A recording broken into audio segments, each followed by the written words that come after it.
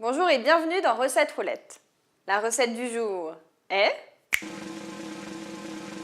île flottante au micro-ondes. Pour 6 personnes, il nous faut 6 œufs, 50 centilitres de lait entier, 100 g de sucre, 1 cuillère à café légèrement bombée de maïzena, 2 cuillères à café de vanille liquide et 70 g de sucre en morceaux. Finalement, je me suis décidée à adopter. J'ai adopté une famille de saladiers. Ils sont mignons tout plein. Et grâce à eux, on va pouvoir réaliser facilement au micro-ondes une île flottante. Étape 1, je vais mettre le lait à chauffer. Je verse le lait dans le saladier et je le parfume de vanille. Je donne un petit coup pour mélanger. C'est parti pour 2 minutes 30 à 900 watts. On prend bien entendu un récipient adapté au micro-ondes. Pendant que le lait chauffe, on va séparer les blancs des jaunes d'œufs.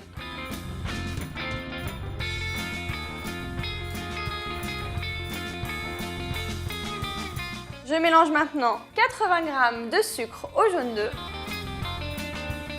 J'ajoute la maïzena.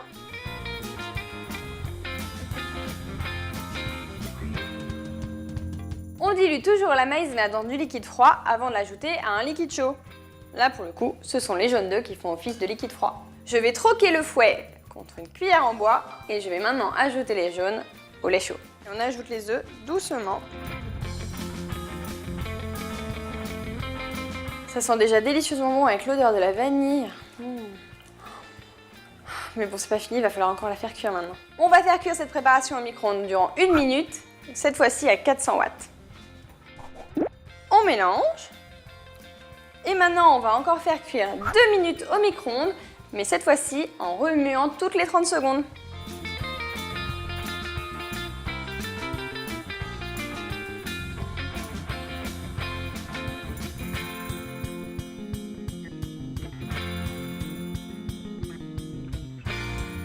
La crème anglaise est prête, il n'y a plus qu'à la laisser refroidir. Pendant ce temps-là, on va s'occuper des blancs. Et on va battre les blancs en neige. Il est maintenant temps d'ajouter le reste du sucre, petit à petit. Les blancs d'œufs sont montés, on va pouvoir les faire cuire. On va prendre un petit saladier qui passe au micro-ondes. On l'a mouillé avec de l'eau chaude et on va le remplir avec les blancs.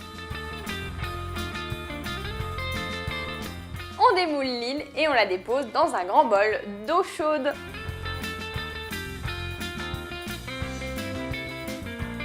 C'est parti pour 1 minute 30 de cuisson à pleine puissance. Notre île est fort jolie, mais pour l'instant c'est plutôt un iceberg puisqu'elle flotte encore. Donc on va l'égoutter.